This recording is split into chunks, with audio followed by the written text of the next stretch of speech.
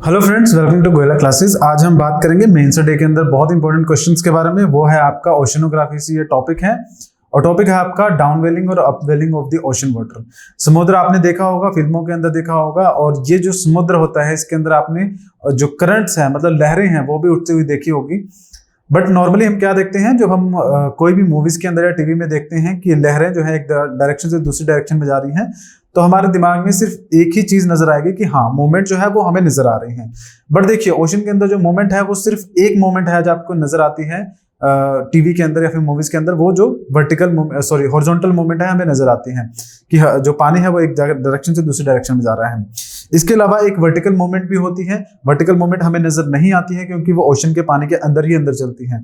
Vertical movement मतलब कि मान लीजिए ये आपका ओशन सरफेस है और ये बॉटम है, यहां से पानी ऊपर जाएगा और ऊपर से नीचे आएगा। ओशन सरफेस से बॉटम, बॉटम से सरफेस, ये आपकी वर्टिकल मूवमेंट होती है। और यही जो मूवमेंट होती है वाटर की, इसी को अपवेलिंग और downwelling of the ocean water कहा जाता है। हमें देखना आज क्या है कि ये अपवेलिंग और downwelling of the ocean water जो होता है, इसकी क्या परिणाम है और इससे क्या क्या चीजें हैं जो हमें देखने को मिलती हैं। तो शुरुआत करते हैं। Upwelling and downwelling are the important oceanographic process that involve the vertical movement of the ocean water and play a crucial role in the circulation the productivity of the world ocean. कि oceanic water का movement, vertical movement नीचे से ऊपर की तरफ या फिर ऊपर से नीचे की तरफ को अपवेलिंग या downwelling of the oceanic water कहा जाता है। मोस्टली ये जो पानी होता है ऊपर से नीचे की तरफ आता है या फिर नीचे से ऊपर की तरफ जाता है, ये काफी इंपॉर्टेंट रोल प्ले करता है हमारे ओशंस के न्यूट्रिएंट्स को बचा के रखने के लिए, टेम्परेचर को मेंटेन करने के लिए। इवन आपका जो एटमॉस्फेयर का टेम्परेचर है उसमें भी इसका रिलेशन देखने को मिलता है। अब देखिए, यही जो पानी है ऊपर उठ रहा है, ये अपवेलिंग है। उसके बाद ऊपर का पानी नीचे जाएगा, वो डाउनवेलिंग होगा। अपवेलिंग पहले चर्चा करेंगे। Upwelling is the process by which the cold nutrient rich deep oceanic water rises. ध्यान देने वाली बात क्या है कि यहाँ पे कोल्ड वाटर की बात कर रहे हैं। जो पानी जितना ठंडा होगा उसकी डेंसिटी उतनी ज्यादा होगी, घनत्व ज्यादा होगा, और जो भारी चीज होती है वो हमेशा नीचे रहेगी, हल्की चीज ऊपर रहेगी। तो जो पानी जिसका टेम्परेचर ज्यादा है, गर्म है, वो ऊपर होगा, जो पानी ठंडा है वो नीचे रहेगा, ओशन बॉटम पे रहेगा। तो जब ये ठंडा पानी नीचे से ऊपर की तरफ को आना स्टार्ट करता है तो उसी को अपवेलिंग कहा जाता है। और इस पानी के अंदर काफी ज्यादा न्यूट्रिएंट्स होते हैं जो कि ये सरफेस पे लेके आता है।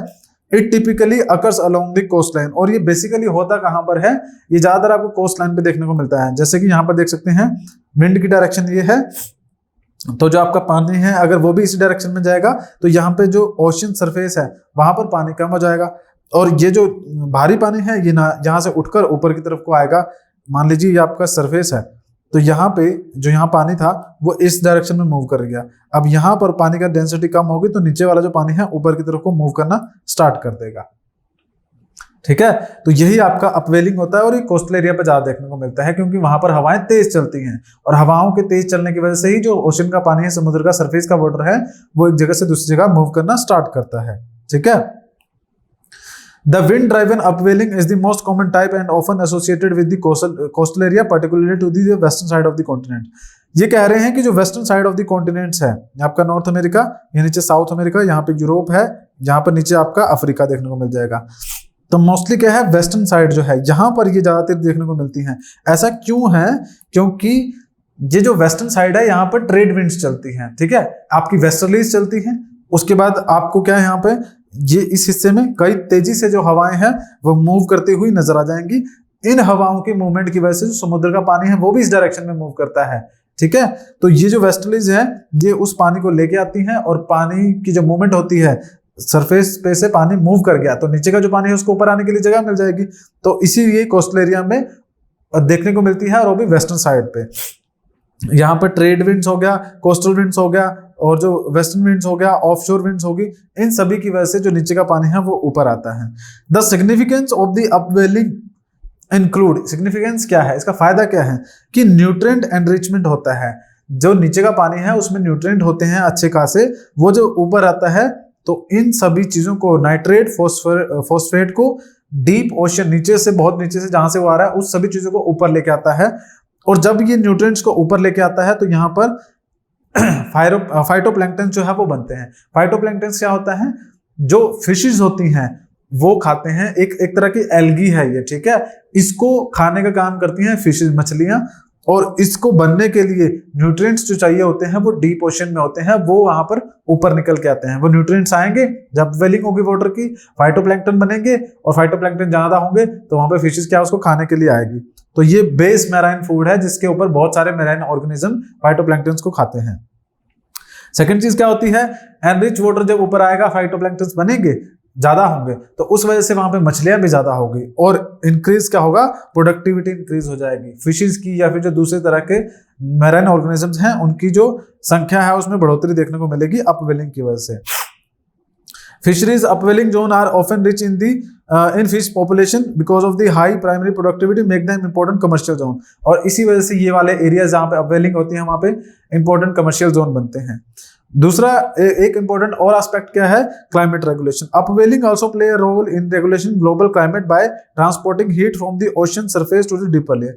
अब देखिए ऊपर का पानी जो है वो नीचे जा रहा है और नीचे का पानी ऊपर आ रहा है, तो नीचे का पानी जब ऊपर आया उसकी वजह से ऊपर सरफेस का, ओशन सरफेस का जो वाटर है वो नीचे गया, तो इसकी वजह से क्या हुआ, जो वो पानी गर्म था वो ओशन के नीचे जाएगा और नीचे जाकर तो टेम्परेचर घट रहा है तो वहां पर जाकर वो ठंडा होगा।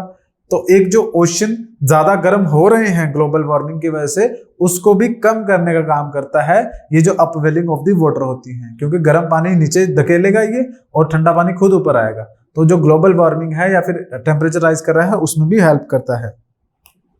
डाउनवेलिंग ऑफ द वाटर की अगर हम बात करें, ये हमने अपवेलिंग का पढ़ा, डाउनवेलिंग अपोजिट है अपवेलिंग का, when the surface water sink and move downward into the deep ocean layer it usually occurs in the area where the surface water become denser than the underlying.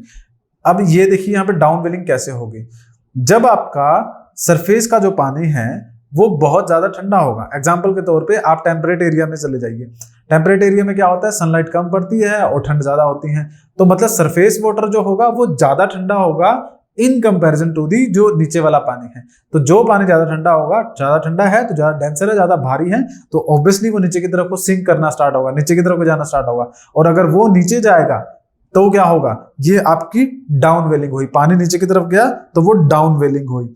और यही जो downwelling है इसकी वजह से कई तरह की चीजें देखने को मिलती हैं। एग्जाम्पल के तौर पे downwelling can be driven by the, बहुत सारे फैक्टर्स होते हैं, जैसे देखिए एक चीज इंपॉर्टेंट क्या होती है, पानी ठंडा हो गया तो भी वो डाउनवेलिंग होगा क्योंकि डेंसिटी इंक्रीज होती है, और अगर सैलिनिटी इंक्रीज हो जाए उस पानी की, मतलब उस पानी के अंदर नमक की मात्रा बढ़ जाए तो भी उस पानी की डेंसिटी इंक्रीज हो जाती है, जिस वजह से फिर वो नीचे जाना स्टार्ट होगा।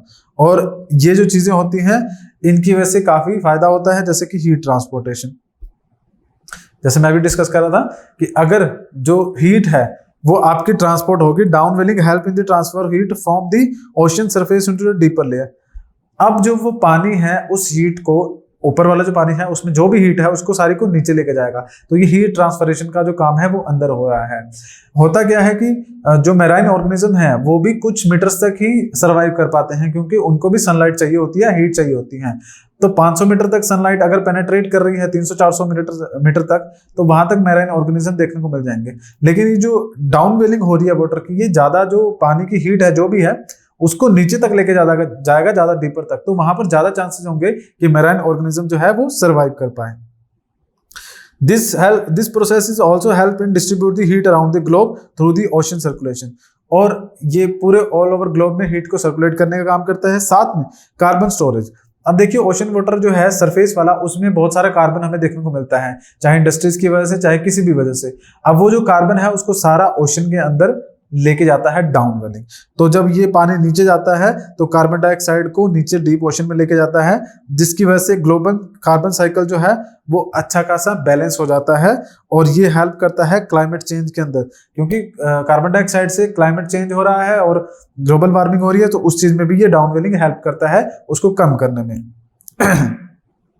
आगे अगर बात करें ऑक्सीजन डिस्ट्रीब्यूशन, सरफेस पे ऑक्सीजन है, बिल्कुल सही बात है, लेकिन ओशन के जितना डीप जाएंगे अंदर उतना ऑक्सीजन कम होगी। तो ये जब डाउनवेलिंग होती है तो ऑक्सीजन रिच वाटर, मतलब जिस पानी के अंदर ऑक्सीजन मिली हुई हो वो सारा पानी नीचे जाता है, और ऑक्सीजन भी रिक्वायर्ड होती है मैराइन ऑर्गेनिज्म के लिए। तो ये भी एक अच्छी चीज जो है डाउनवेलिंग वाटर से हमें देखने को मिलती है। In summary, upwelling and downwelling are the vital oceanographic processes that regulate the ocean productivity, support the fisheries, influence the climate pattern and play a crucial role in the Earth's carbon and heat distribution। तो इन सब चीजों के अंदर ये जो upwelling और downwelling of the oceanic water है help करता है। तो ये चीज आपकी थी आज के इंपॉर्टेंट में। आगे अगर बात करें हमारे गोयला क्लासिक की तरफ से एनसीईआरटी का जो एक बेसिक कोर्स है वो स्टार्ट किया गया है, जिसके अंदर फाउंडेशन कोर्स में हम 6 से लेके 12th तक आपको कंप्लीट जो एनसीईआरटी है वो करवा रहे हैं। आप इस कोर्स को एक्सेस कर सकते हैं, बहुत ही कम प्राइस 2999 में कोर्स आपको मिल रहा है। आपको बेसिक से लेकर एडवांस तक इसमें पढ़ाया जाएगा और हर कंसेप्ट जो आपका क्लियर किया जाएगा। आज के लेक्चर में फिलहाल इतना ही है, अगली बार मिलेंगे, तब तक के लिए धन्यवाद।